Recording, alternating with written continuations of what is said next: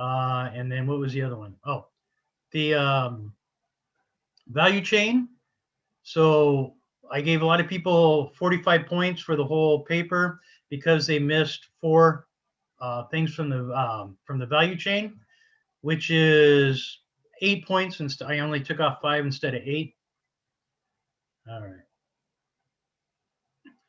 So 20 points for that, 15 for Porter's 5 forces, and 15 for the points. That was my matrix on this. So some of you had questions about that. Some of you had snarky comments about that, about how fast I graded these. I graded them rather quickly because I had you bold and headline everything, so I knew exactly where everything was. So, and quite frankly, some of you don't know what you're talking about. So if I would have graded it more thoroughly, you probably would have gotten 0 points. All right. Any questions about the midterm? Speak now or forever hold your peace. For the record, okay, I'm going to call myself out here. I was one of the people who said you graded it pretty fast. That was meant to be a compliment, mate, not a biting remark. Like, oh my gosh. Okay. You bit back hard too. Like, Jesus Christ. Well, you know. I'm not a full-time professor. I don't know if a lot of you know that. I'm a part-time lecturer. I actually am a businessman by trade. I like teaching very much, and I do it because I like it. And I do it because I like students, and I like to, let me admit all these people into class here, the late stragglers.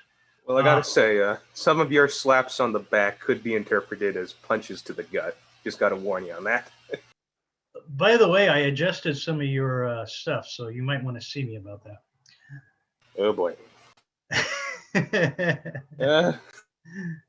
that 20% thing. So no, I really enjoy teaching, and I do this because I enjoy it. I don't do it because I have to. I could work and do a million other things, but I really like to teach. And I actually specifically went back to school so I can become a professor. So I've sold my business.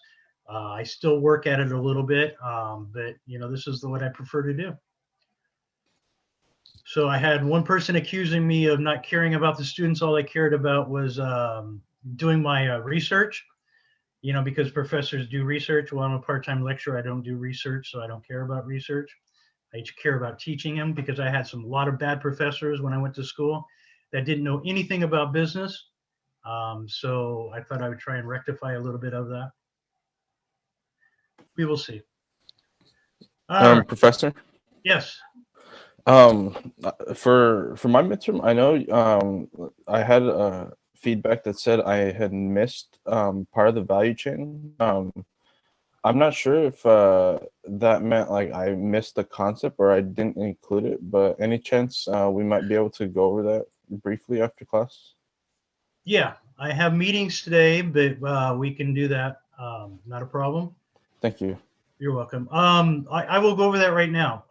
If I said you missed part of the value, or if you only got 45 points for your midterm, that means you missed 4 of the supporting and primary, or supporting of the supply chain. Here, let me go over it real quick. Let me share. So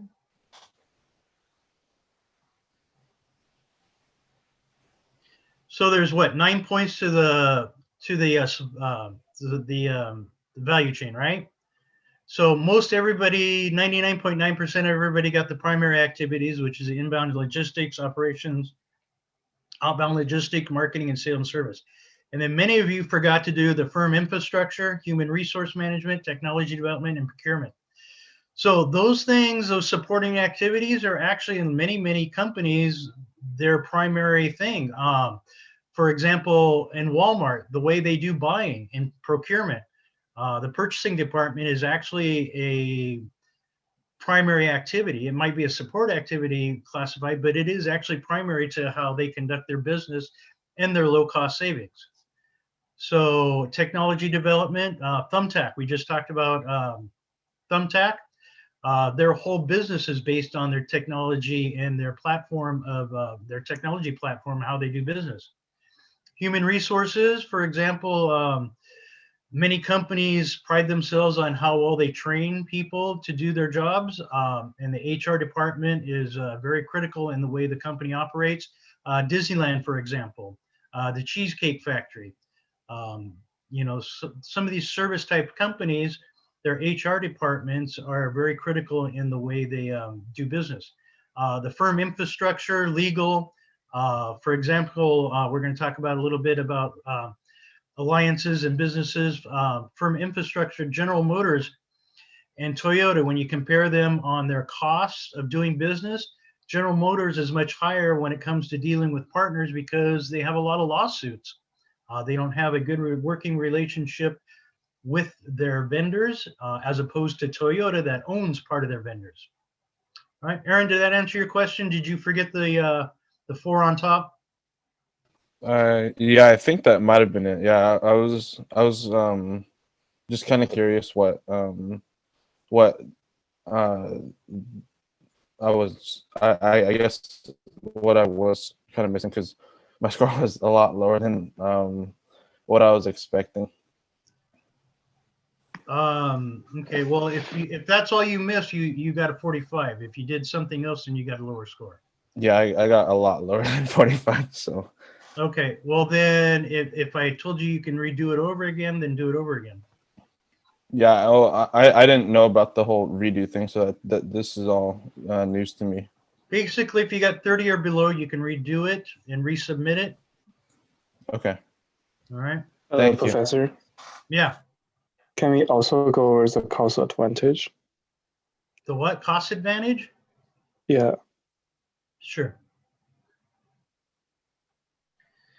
So the cost advantage we talked about.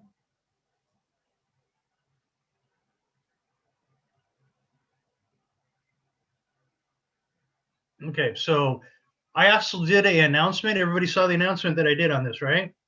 Because many of you had some questions and many of you did it incorrectly. Sources of cost advantage. A lot of you, even though some of you did put economies of scale, you kind of did it not in the way that you should have done it. So the sources of cost advantage are economies of scale, learning and experience effect, lower cost due to proprietary knowledge, and lower input costs in different business models. So example, Uber is a different business model as opposed to a taxi cab where they use technology. Lower input costs, for example, outsourcing to different countries like Nike does. That's lower input costs for the manufacturing, and they can keep their costs down. If the price goes up in one country, they can move it to another country. Lower cost due to proprietary knowledge, basically keeping your costs down because you're the only one that knows how to do this. You're the only one who can do it effectively. For example, well, proprietary knowledge, we talked about how KFC, Coca-Cola, and all these companies have their proprietary knowledge. And then learning and experience effect. For manufacturing, this is more prevalent. So when you're doing washers and dryers, you know how to make them. You do them on an assembly line, and then they can go through and do that. So economies of scale. So a lot of you had, I kind of let this slide a lot. A lot of you had kind of a misinterpretation of economies of scale, but you were kind of on the right track, but not all the way there. But I let it go and I gave you full credit for it. So a lot of the economies of scale is basically you're so big you can spread your costs out over a lot of different costs. For example, when I was talking about use General Motors, how they make so many cars in so many different categories that they can spread the cost because they're so huge. They can spread the costs out. Walmart is another example of economies of scale, which you guys are more familiar with, or you should have been more familiar with. Did that answer your question about sources of cost advantage? Yeah, thank you. Did you have something other specific? No, that's it. Okay. All right, other questions? Yeah, I have a question. If I didn't get lower than a 30, can I redo it still? Or like, no? No, 40 and above is a good grade. Okay. Whining. Okay. 40 and above is a good grade. So I have a question for Dennis. Dennis, you here? That was Yes. me, by the way, Mark, not Dennis. Sorry. So Dennis, for the MCPs, so for the plagiarism score, we can't see what our safe assign score is when we submit it, so we don't know if we're like going over the 20%. Can we fix that somehow? I could see if there's an option. Off the top of my head, I'm just not sure. I would have to. Yeah, because 3 of my assignments are over 20%, and I was not aware, and this hurts my soul. So. It was me, not Dennis. I will fix that, Mr. 40%. Yeah. Not quite that high, but I'm teasing you. I'm trying, man. A lot of it, and that's another thing too. A lot of it is the way you guys did your references or did some quotations. You know, like I said, you don't need all those quotes. You don't need to do 7 different references or citations for this assignment. It's basically your knowledge about what we've read in the book and how we have applied it to the different case studies. Okay. So like for the final, you don't need to read anything extra other than the textbook. You just need to be able to apply your own ideas and concepts to the to what we're doing, to the questions. Okay, so you know those sources of cost advantage. You guys all know what these are. You've all done them. Okay, so you know the difference, economies of scale. You know what Walmart does in economies of scale, right, Mark? What does Walmart do in economies of scale? They basically buy so much of the product that the fixed costs, like per unit cost, is ridiculously low, which makes Absolutely. it easier to just price it as low as possible for consumers. There you go, an extra point for Mark on his test. So, so the economies of scale on Southwest, Devin, what do you got? For the economies of scale? For Southwest, yes. I'm not sure if it's 100% right now that you've been talking about it, but I talked about how they use the common fleet. Yeah, so they use all the same plane, right? Yeah. Which is a 7. The 737s. Yeah. Yes, some people got that wrong. Some people put a different airplane. They put 787, 747. All right. So make sure when you talk about economies of scale, you get the plane right. So learning and experience effects. Alexandria, what do you got for that? Yes, Alexandria. Are you awake? Yes, the learning and experience effects. For that one, I only for the cost advantage, I only include the economies of scale and then the different business model. So I didn't write about the learning and experience effects. Absolutely. Okay. So do we want to go through all of these, or do everybody pretty much know what's going on? You want me to review all of these, or are we going to go on? I'll leave it up to you. Shall I do a poll? I think we could just move on. We can review this in our own time. We should review this in our own time. Let me see the chaps. Go on, go on, go on, go on. Oh, nobody wants to review it. I think it's like opening up a wound and pouring salt into it for some people. All right. So I did have a question. So the final is going to be basically this exact format where we're going to compare 2 different companies. Yes. With whatever maybe. Other techniques. Okay. It's going to be similar. I don't know if I'm going to compare 2 companies, but it's going to be you're gonna have basically anywhere from 5 to 10 points that you need to talk about. This particular one, we had a bunch of different points. I just want to get you used to that. But yeah, it's going to be basically the same. I'm going to grade it the same. Got it. Thanks. And I just wanted to clarify that I was one of those people that missed half of the value chain. You did what? You missed half of the value chain. Yeah. And I wanted to clarify the reason why I did was because I basically just followed the in-class assignment that we did on Wednesday, which didn't include those top parts. So I just thought that you wanted us to focus on the bottom area. and that's The what I did. whole value chain.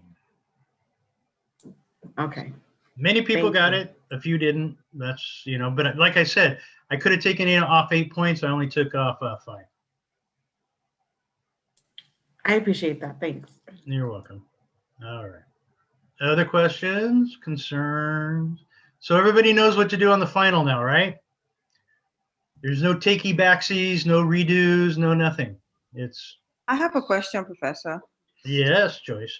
What's the difference between a work that gets 48/50 and a work that gets perfect score? What's the difference? What's the You mean the one that has like 48 as opposed to 50? Yes. Depending on how bad the traffic is and how mad I'm at grading when I'm grading. So No, just teasing. A lot of the times it has to do with the content. If everybody hit all of the points, if you hit all 10 points or 9 points on the value chain, 5 points on the others, you got at least 48 points or 47 points. Okay, and then it came down to what the content under each of those points were. So if you totally didn't know what you're talking about on a couple of things, you got 47 points. If you knew what you're talking about, you got the full 50 points. Okay. So as Mark pointed out, I zoomed through quite a bit of them. The whole reason I had you set them up the way you did is the first thing I check for is you have all of these points. Okay. So the first thing I check for, I go through, okay, yes, they hit all of these points. It's all bolded and highlighted. And then, yes, they hit all of these points. It's bolded and highlighted. And yes, they did all 9 of the value chains. And then I go through and I read them. And economies of scale, yes, I use Walmart, good. Threat of new entrants, yes, they said, whatever about new entrants, that it's difficult for a lot of people put, during COVID, it's very difficult for large the companies to compete with Walmart, which it is, or a new airlines to start off, because of the COVID, you're not going to start an airline right now, right? You're probably not going to start a restaurant. You might, but and it might be successful, but chances are 9 out of 10 people are not going to do that. So I check each of these and see if you have keywords in there. Thank you for those who highlighted and bolded some of the keywords in the paragraphs. It made it a lot easier and quicker for me. So that's pretty much how I graded it. So what kind of keywords were you? Keywords, when you say keywords? Like threat of new entrances under Walmart. Walmart. In the headings, okay. Yeah, okay, so they did these bold headings. And then in the paragraph, it said Walmart. It was in italics or bold. I said, okay, Walmart, because I moved right there to Walmart. I said, yep, that's correct. Yes, that's correct. So that's how I did it.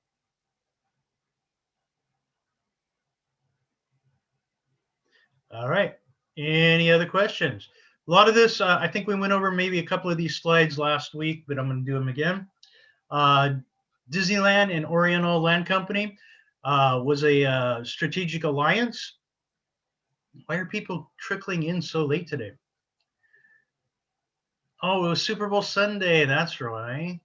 They're still hungover from the party. Okay.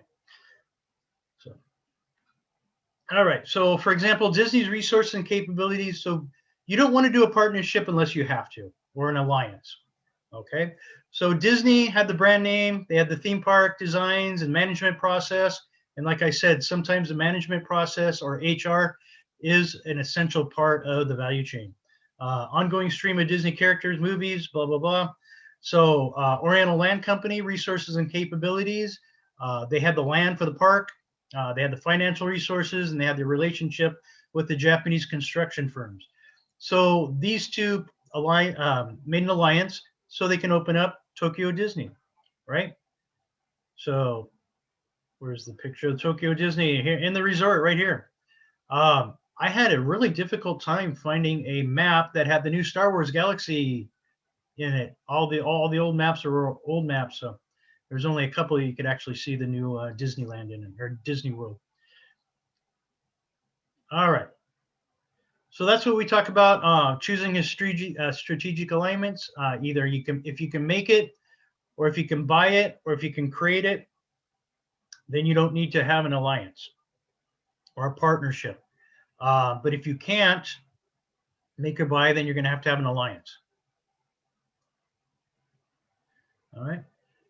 So a strategic alliance, so arm's length relationships are something that you don't need to make or buy, or really have quite an alliance on it. Look at those ceramic nuts and bolts. That's amazing. I used a ceramics example, isn't it? All right. So these are common in all types of industries. So for example, if you're assembling cars, you don't need to make your own nuts and bolts. You can buy them by the thousands and have them in stock. It's not a really expensive thing. So that's an arm length alliance. So strategic alliance partnerships, inputs that are different products in the minds of customers. So automakers do a lot of this, inputs that influence your brand or reputation. Volvo is very well known for this. And then high value inputs are activities that make up a high percentage of your total cost. Steel, for example, in the auto industry, maybe not as much as before now, because a lot of the cars are fiberglass or are more plastic. But in the past, and for the most part, still, steel does play a major role in manufacturing of the automobiles. Inputs are activities that require significant coordination in order to achieve the desired fit, quality, and performance. We talked about this in last chapter. AC units for Toyota, how they build an alliance with the AC company. Contractual or non-equity alliances.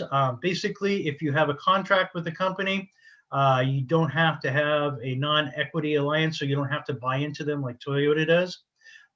This is where General Motors runs into a lot of their problems. They have contractual obligations with a lot of these manufacturers, and unfortunately, not all the terms and conditions are clear. And not all the contracts are written properly. So you have a lot of conflict, which all basically boils down to one thing. What is the most common failure in business?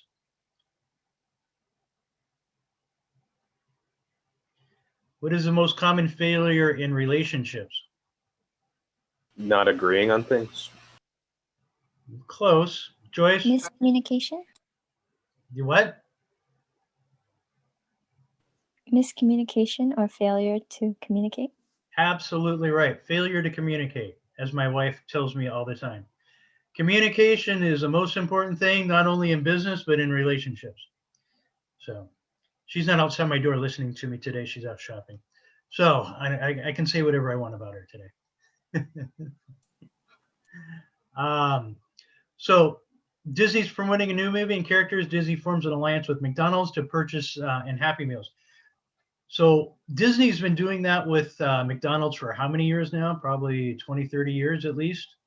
So Disney has done business with them. They're comfortable doing business with them. They probably have a standard contract that's very, very, very, very all comprehensive as to who does what and how and when and why. Okay. So that's what contractual alliances do. Intertense between two. Professor, yes. Sorry to cut you off. Can we talk about that a little bit? Because see, when I remember when I was younger and my parents would buy me Happy Meals, you know, the toys and stuff, they were like pretty decent toys, or they had good, you know, things that came with Happy Meal. But now, like when I buy Happy Meals for my nieces and my nephews, the quality is just horrible. Like, is there a reason that is something going on there that would have caused that? My guess, not knowing for sure, would probably be the cost. You know, most likely they're trying to save money on costs. And Disney doesn't always follow up and do quality control on their products that other people manufacture like they should. A lot of stuff that's made in China, for example, they had lead in some of the paint that they were using on some of the toys about 5-10 years ago. So Disney kind of missed that. So when it comes to contractual alliances, like stuff with Happy Meals, companies are going to cut costs. They're going to do what's beneficial for them. And if you don't specify that in the contract or follow up and make sure that it's done correctly, then it's not going to get done correctly. Got it. Thanks. You're welcome. So what was your favorite toy? Oh man, I don't. There's so many things. I don't even remember anymore. It was so long ago. But I remember, we'd get the Happy Meals and we'd have a lot of fun with them. And then even my mom has mentioned that, like she said, like, what's going on with these toys? Like the quality is horrible. Well, the Beanie Babies are worth a lot of money now. I have about 100 of those. Oh, but they were worth a lot of money back then, even, right? I just never got on that whole train. Yeah, they were. My kids collected them for a long time. So, Professor? Yeah. It's all about the Space Invaders toys that they used to sell. Did they sell? I don't remember Space Invader toys. Little cheap Game Boy, and you'd play Space Invaders. Oh, I remember Space Invaders, but I don't remember them being at McDonald's. That's funny. But yeah, those little digital electronic toys they cost pennies to make, literally. So, and then when I get to my story about Turkey, about what it costs for a pair of socks, you guys are going to get even more upset. All right, Equity Alliance. Cooperative contracts are supplemented by equity investment by one partner and the other. This is what Toyota does. They invest in their partners. They invest in their suppliers. Not only do they have somewhat of a say of how they manufacture and the quality and all of that other good stuff, but they don't have to sue them if they don't do what they're supposed to do, because basically they'd just be suing themselves. They would lose money too. Okay, then a joint venture is a cooperation firms combine resources to form an independent firm in which they invest. So each company takes money and invests into a new company, and that new company will, for whatever they wanted to do, make a product, provide a service. Google and NASA came together. We'll talk about that a little bit later, so they can spy on you, basically. I'll explain that later. All right. So contractual agreements, strategic alliance. My company had a strategic alliance with Hewlett Packard. So we have a licensing agreement that receive the right to use HP brand and logo for advertisement. Contract was only about 100 pages long. So supply agreement with HP, only sell the toners, no compatibles. And it basically breaks down to these 3 points is the whole contract. And distribution agreements use only HP authorized distributors to order products and to help sell a product. So this toner cartridge right here that sells for $105 costs $3 to make. So, yeah.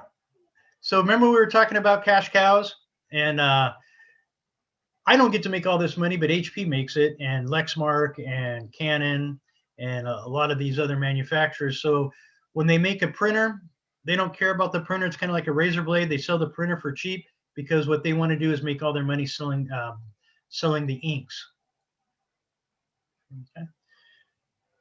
Equity Alliance, the collaborating firms often supplement contracts with Equity Holdings Alliance, a financial stake in each other's company. And like I said, Toyota does that anywhere between 5 and 49% of the equity, and 10 of the largest Japanese suppliers. So they own almost up to 50% of the equity of the other company that they're doing business in. And why would that company want 51% equity of the company? For a majority stake, so they can still make decisions. Voting rights. Absolutely, Alexandria and Mark. So what would happen is you don't give up 100% of your rights, what you want to do. So you can't have Toyota say, no, we think you should do this, and if you didn't really want to do it, then you wouldn't have to. All right. So joint ventures, cooperating firms combine resources to form an independent firm in which they invest. Profits from this independent firm compensate partners that invest in it. So, for example, NASA and Google signed a memorandum of understanding that outlines plans for cooperation on a variety of areas, include large-scale data management and data mining. So they got together so they can do bioinfo nanoconvergence. I don't know what that is.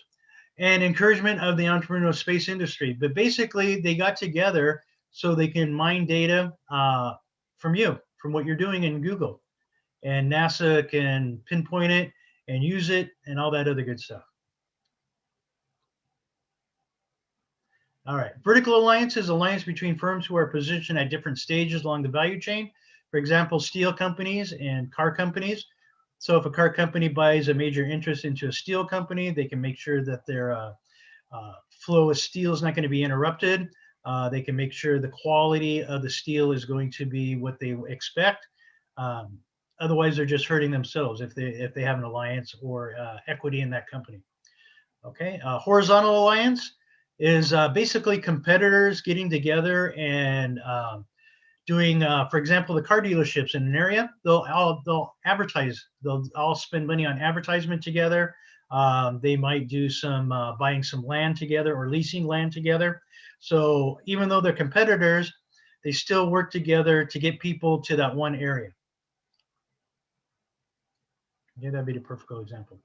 Toyota's relationship with its top 10 suppliers and considered vertical alliances. The output of the firm relationship is the input of the others. Okay, and the vertical alliance use form to combine unique resources, create an alliance-specific resources, or lower transaction costs between the two companies. A lot of the times, that is the basic premise of an alliance: is to lower the transaction costs, is to get the cost down.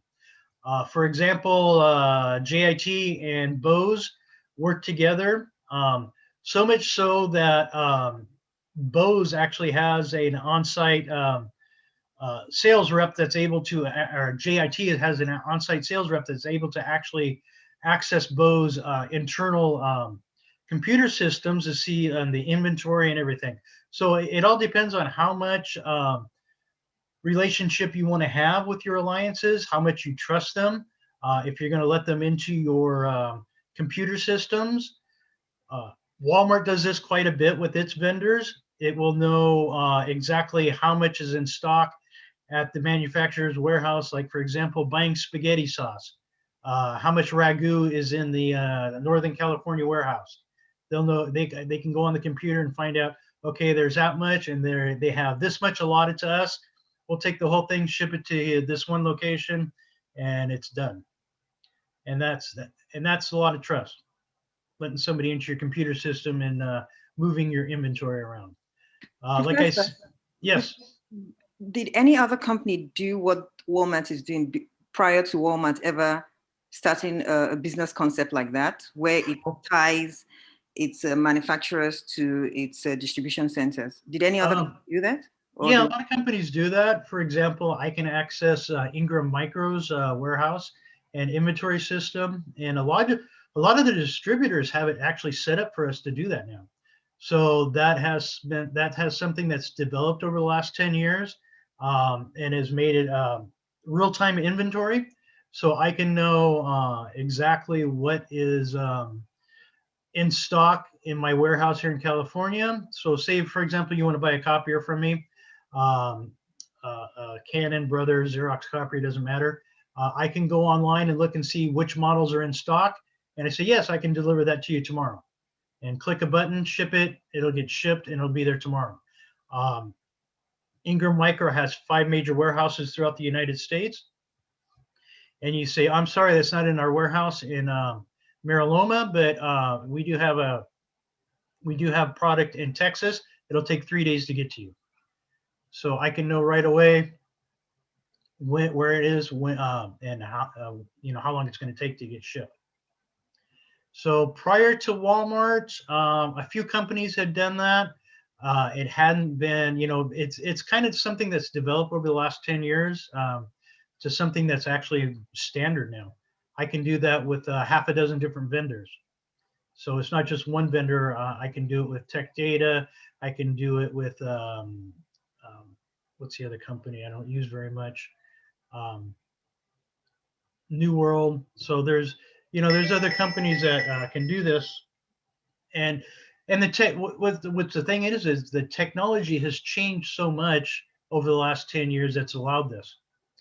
So it's not just the company's willingness to do it, it's the technology. And not only that, you have to be able to protect yourself. You're going to let somebody in on your let somebody in on your internal system, you're gonna have to be able to put controls and everything, so that you just can't let them go into the accounting system. You can't let them do certain things. So, and all of this technology and security hasn't been that good until recently. That answer your question, Joyce? Yes, Professor. Okay. So my Jeep that I bought in, what was it, 2005, I think, was owned by Daimler-Benz. So they did a joint merger. And the reason they did that was to get technology from each other and to help each other out. They did an alliance. But what they didn't tell me was that tail light that costs $100 when it was a Jeep cost $300 because now Daimler-Benz Mercedes bought it out. So I had to replace a tail light that cost me $300 instead of a normal $100 for a Jeep. I know, went up 3 times as much. Go figure, right? So had it been this 2 years afterwards, it would have been a lot cheaper.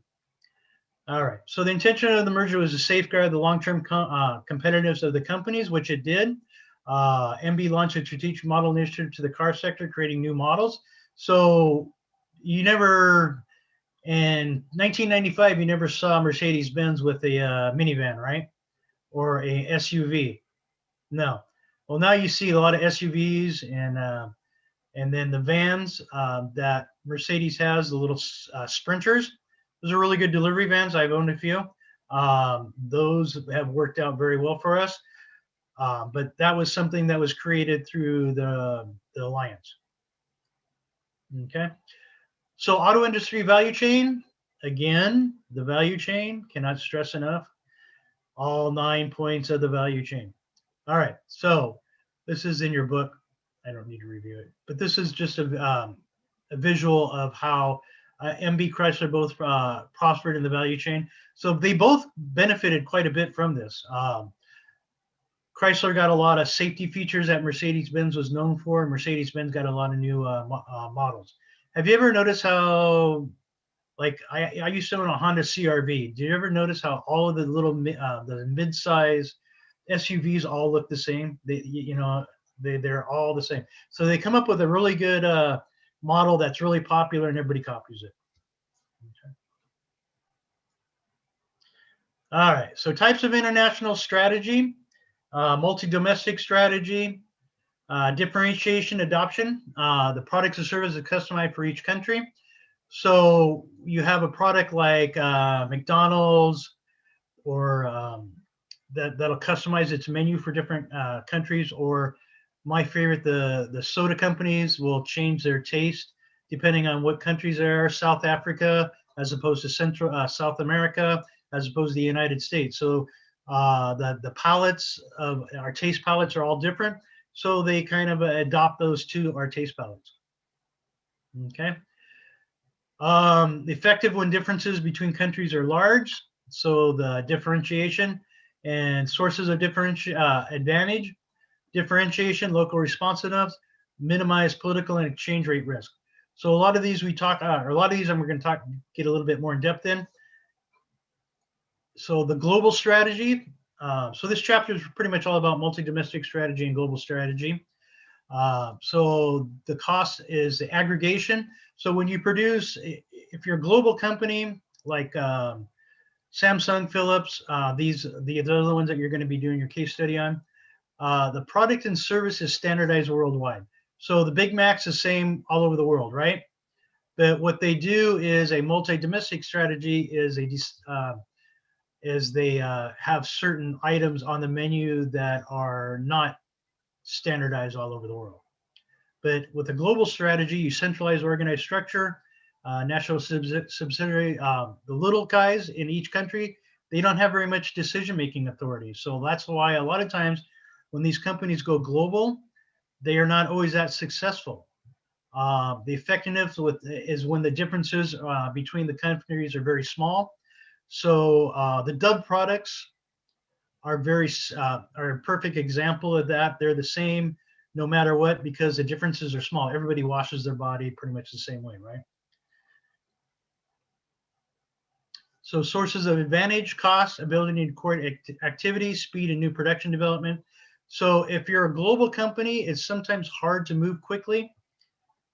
And that's a problem that multi-domestic companies strategy. So for example, a multi-domestic company has one holding company and many little satellites. So they differentiate in local markets, drawing on worldwide resources. That's what McDonald's does. Tailor products to national idiosyncrasies, sacrifice efficiency for market focus, reaches economies of scales upstream. So you have this one company, you can reach economies of scale, even though you have little local differences. Maximize local value added. Okay. So global strategies is a little bit different, where you have the headquarters that they say, this is the way we're going to do it, no matter what, it doesn't matter, this is the way it is for every country, every little market we go into. Say, but they can gain global market share. They're usually the cost leaders because they spread their costs out over so many and they have economies of scale.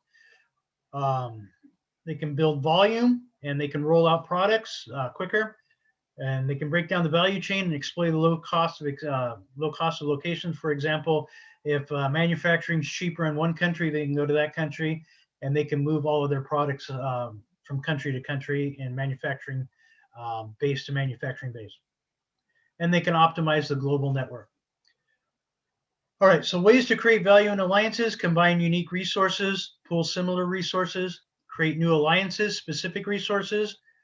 For example, when McDonald's goes into a country and they have a specific item that's not that is not sold anywhere else in the world, they can they can get resources from a local retailer and get that product out.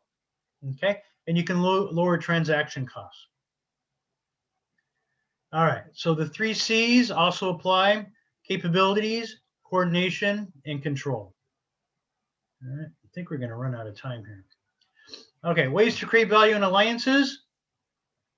The first way that firms create value through an alliance is combining unique resources. Disney and Pixar, who doesn't love them, right? This is what Disney and Pixar did to dominate computer animated films. So Pixar came out with the technology, Disney had the money and the distribution resources and all that other good stuff. So when Pixar came out with this awesome film, Disney was able to distribute it and help them with it. Okay, so we already talked about that. Lower transaction. Okay, ways to create value in alliances. Toyota and General Motors. I talked about this. Found that Toyota procurement and legal costs were half of General Motors. So can you imagine, instead of spending $10 million on legal fees, you only spend $5 million, right? So that's half the cost. A study concluded that General Motors and its suppliers had higher transaction costs due to lawyers, due to mistrust, due to not communicating, right, Joyce? They just don't listen. Okay, so Toyota had to develop relationships with its supplier partners. So basically, if you own part of something, you're going to shoot yourself in the foot if you sue yourself, right? You're just going to lose money and you're not going to be able to get that money back. All right. So risk of alliance, hold up. When one partner tries to exploit the alliance specific investments made by another one. Risk misrepresentation, when one partner in an alliance creates false expectations, tells them that they can do something and they can't do it. So that would be misrepresentation. You always want to build trust. The first way to prevent against opportunity by partner is to only initiate partnerships with people you know to be trustworthy. In the past, I usually would not do business with a vendor unless I sat down and had lunch with one of the major people running that company. I always want to get to know them. Basically see if I can trust them. This company stole a lot of my accounts one time. And after that, I told them, I'm just not going to trust anybody. And a lot of these times you don't do legal contracts with these vendors. It's basically you purchase from them or you don't. Okay, when firms initiate a partnership, they write a legal contract. And remember, always get a good lawyer in there to write up your contracts. Most contracts have clauses that clarify 3 categories of issuance. Governance issues, such as how decisions will be made. A lot of people think decisions get made on their own. They don't understand that there's an actual person making these decisions. Operating issues such as what performance is expected, intellectual property, and then the biggest problem most companies have is exit and termination of the contract. Not all alliances and partnerships are meant to last forever. You know, Hewlett Packard started out as a partnership, right? What they did is they actually had an exit clause. They formed a corporation and let the company go on as a company, not as a partnership. A lot of times these alliances, they don't specify. They just, a lot of people say, hey, I can do this, I can do that. Okay, great, let's go into business together. So what about an exit clause? Do you want to go into business with that person's significant other after they die? Not really, because they probably don't know too much about the business and they probably only want money, you know. So for example, if I had a partnership, I would specify if one person exits or wants to go, you have the first chance to buy that person out. Otherwise, you don't know what's going to happen. All right, so this is in your book, Building an Alliance Management Capabilities. I just wanted to go over how they kind of have the chain here. Alliance business case, partner assessment section, alliance and negotiation and governance. Everything's negotiable. Take my negotiations class, for example. I make students negotiate for their grade. See, be grateful I'm not doing that for you guys. Alliance management, asset and termination. Okay. So choosing between alliances and acquisitions. So alliance is something that is on the low spectrum investment, customized assets, site locations, physical plant, human. So if there's not a whole lot of requirements from both companies, you can do an alliance, you can do a contractual alliance, or maybe even do a physical alliance if you want. Joint ventures are more involved. There's a degree of mutual customization that each company is going to have to do. And then obviously acquisitions when you take over one company. Like I said, I took over 4 different companies. In acquisitions, I pretty much bought them out, took what I wanted from them, and the name is no longer, you know, they no longer have that name, nothing. I didn't keep anything other than what I needed from that company, from those companies. All right. So reasons why partnerships break up: governance issue, operating issues, exit termination issues, and most of all, communication. Because people don't talk about what they want for governance, they don't talk about operating issues, and they don't agree on them. And then they never talk about exit and termination issues. So, you know, if you have a partner that's stealing money, how are you going to deal with that if you don't have an exit clause? A lot of times they just ignore it, pretend it doesn't happen, and try and prevent them from doing it, you know. But if there's nothing in the contract say, hey, if you steal from the company or you misrepresent the company, you're going to get terminated and lose everything. That would be a big deterrent, right? But it's not in any of the contracts or clause. We're not going to do the handout, and we don't have time. And I'm going to briefly talk about what car companies, and especially companies making electric vehicles, what they're doing is they're partnering with a lot of the battery companies. So they'll have all of their good stuff on, so they'll have a leg up on getting their batteries, manufacturing the batteries and all that other stuff. So the state of California is actually the most aggressive when it comes to doing EVs. And this is some of the statistics and some of the goals that they want to do by 2030, 2025. Governor Newsom, who's probably soon going to be voted out of office, took the money from the gasoline tax and decided to do an executive order to use it for making for hitting all of these goals. So instead of fixing the roads, he's going to put up charging stations. Of course, you're going to fall in a pothole and not be able to make it to the charging station, but that's beside the point. So yeah, you can tell which way my politics would go. So clean air, Uber's always going clean air. Can you tell me what this is? Is that a sinkhole? It's not a sinkhole. Go ahead. Lithium mining plant. It's mining. What are they mining for? The number one component to make, oh, everybody's in the chat. Oh, everybody's lively. Yes, lithium. Very good. Not quartz or diamonds. Blood diamonds are a different, that's a different class. All right. All right. So what are we making here? Energy? Nuclear energy.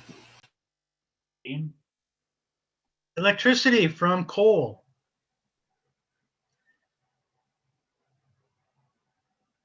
So we're carrying poor little steel, or the poor little silver salmon, Chinook salmon, in the Columbia River over here on the that's the Bonneville Dam. So this is my old stomping ground where I grew up. So they're making electricity to power your electrical vehicle. And then we're making wind power. So you guys didn't know that these turbines blew up and caused a lot of forest fires, did you? So a lot of people don't know that it's very common for turbines to blow up. So they're making electricity too. So solar power, getting better, which is good. But still it's not widely used because it's not that efficient yet. And these little silver things that you see are actually silver, and it costs a lot of money to make those because they're actually using silver. So the more initiatives that we have for solar power, the more demand silver is going to be. So go buy your silver in your stock market. Go buy your mining stocks and your silver stocks. Okay, so every Friday we have a discussion thing due. Let me see.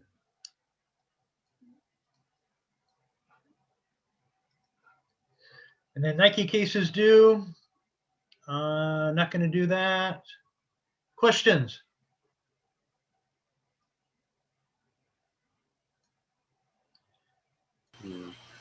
If we got dock points for plagiarism on our MCPs, how long do we have to turn in a redo? What time is it? It's 10:02. You got until 10:05, Mark. Oh. No, I'm just teasing. Get them done. You know, the quicker the better. I'll try as soon as the end of today, then. All right. No problem. And I'll make sure those are open so you guys can see that. Yeah, because I can't see the plagiarism score on any of them, so I didn't know. Sorry. Okay. Just a bit of advice, Mark. Write from what you know, don't research a bunch of crap. Okay. I mean, all of those are designed like the MPC or the mini case studies or the mini studies for the chapter. Read one article, just one article about whatever news at.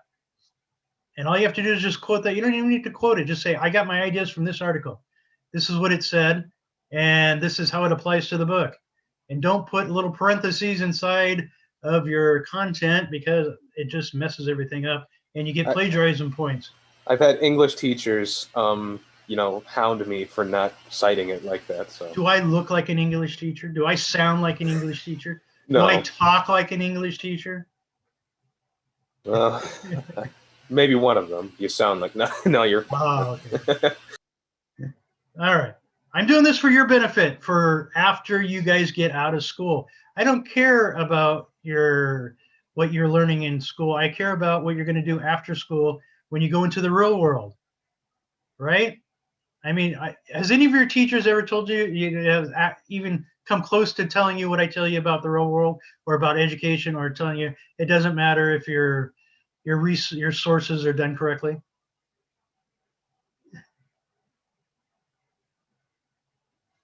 All right. Maybe I should turn the recording off on that one. All right. Anyway, like I said, I am not a full-time professor. I am a part-time professor, and all I care about is you guys being able to fit into the real working world after you're done. Or if you want to go into higher education, that's fine too. But a lot of these things you're going to have to deal with. When your boss says, hey, give me a report on this, I need to know everything I need to know about this particular subject, you're not going to make it all convoluted with a bunch of quotes and resources and all that stuff, right? You're just going to tell them exactly what they want to know, right? Okay. So you're not going to waste your boss's time with a bunch of crap. I don't want you to waste my time with a bunch of crap. All right. I've got a question. Absolutely. What do you got? Okay. I just wanted to make sure I had my idea right on vertical integration. And this is about Nikola Motor Company.